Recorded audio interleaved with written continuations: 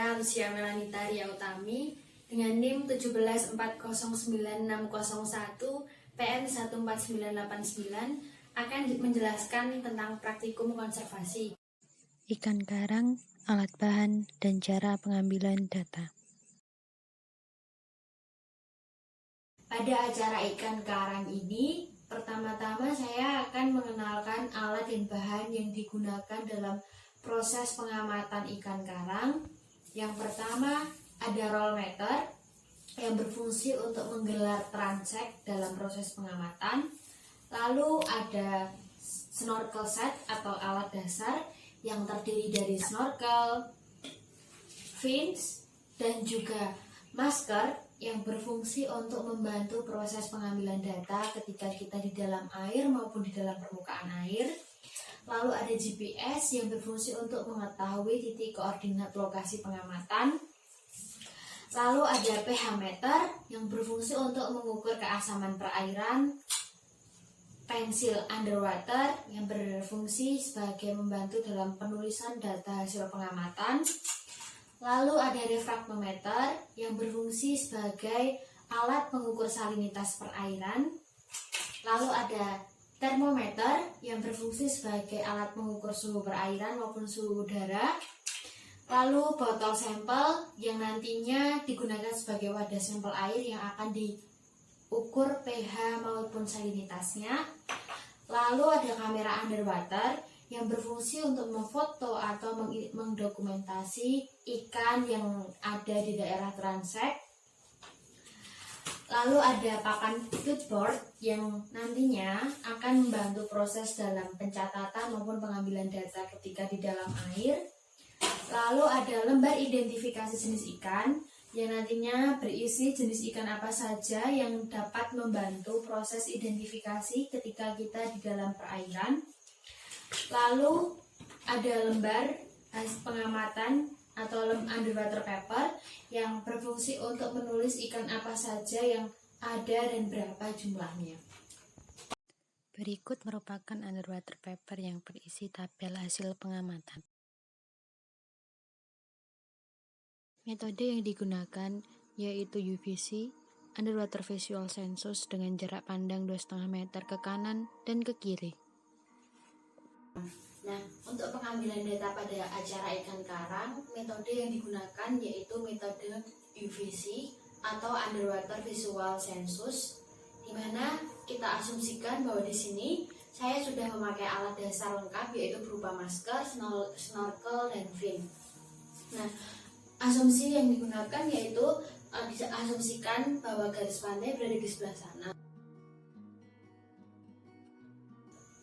Langkah pertama yang harus dilakukan adalah menggelar transek dengan roll meter sepanjang 20 meter. Nah, untuk transek yang akan kita gelar yaitu sejajar dengan garis pantai, berarti searah sana. Roll meter atau transek kita bentangkan sejajar dengan garis pantai sepanjang 20 meter.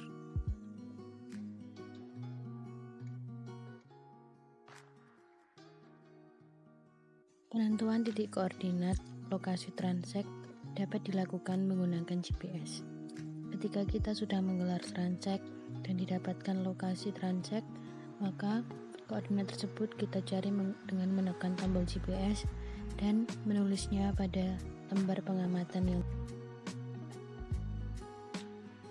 Selanjutnya yaitu kita mengidentifikasi jenis ikan apa saja yang berada di sekitaran transek dengan metode UVC atau Underwater Visual Census. Nah, pada metode UVC ini kita melihat ikan apa saja yang ada di sekitaran transek dengan jarak pada kanan 2,5 meter dan kiri 2,5 meter. Kita catat termasuk famili apakah ikan tersebut, lalu ikan tersebut nanti kita foto menggunakan kamera underwater.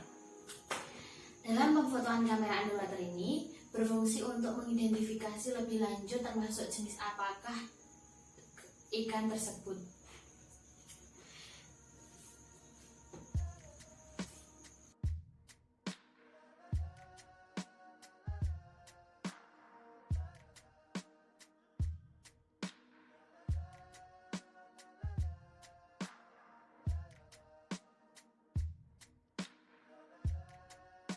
karang, ikan dibagi menjadi 3, yaitu ikan indikator, ikan mayor, dan juga ikan target. Setelah kita melakukan metode UVC pada transek yang telah kita gelar dan mendapatkan hasil pengamatan tentang jenis ikan karang dan jumlah ikan karang yang ada, selanjutnya ikan karang tersebut kita foto dan nantinya akan diidentifikasi menggunakan indikator spesies ikan yang berisi jenis spesies ikan apa, dan nantinya kita cocokkan pada indikator ini. Berikut merupakan contoh hasil tabel pengamatan ikan karang yang terdiri dari Chaetodon aediregustus dengan jumlah 10, Chaetodon lanula 15, Saurus dimadius 5, dan Pama candidae 6. Selanjutnya adalah pengukuran pH dan salinitas pada air sampel yang telah kita ambil pada pengambilan data di lapangan. Ini merupakan sampel untuk pH dan ini sampel untuk salinitas. Nah, untuk pH, pertama-tama sampel yang kita ambil tersebut dituangkan pada gelas kosong yang bersih. Lalu diambil pH meter yang sebelumnya dikalibrasi terlebih dahulu di dalam larutan penyangga, kita celupkan hingga menunjukkan angka 7, berarti pH meter tersebut netral. Jika sudah, lalu kita angkat dan kita keringkan menggunakan tisu. Jika sudah garing, lalu dimasukkan ke dalam air yang akan kita amati. Ditunggu hingga angka stabil. Jika angka sudah stabil, pH meter angka stabil, angka tersebut kita tulis pada tabel pengamatan.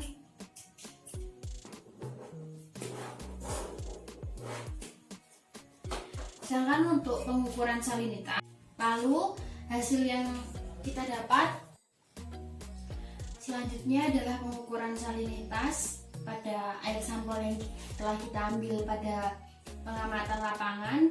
Kita tuangkan ke dalam gelas bersih. Kita tuangkan air sampel, lalu kita ambil refraktometer yang merupakan alat mengukur salinitas.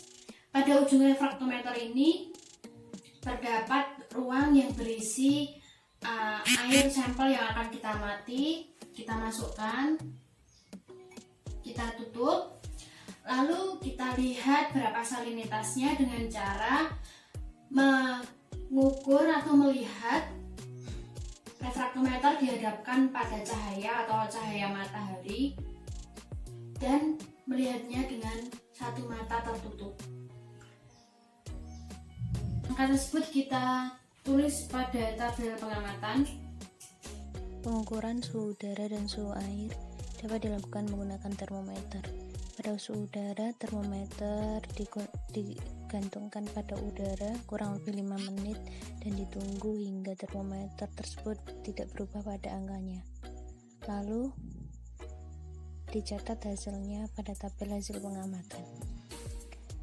Selanjutnya, pada suhu air, termometer yang akan kita gunakan dimasukkan ke dalam air dan ditunggu kurang lebih 5 menit hingga angka pada termometer tidak berubah atau signifikan.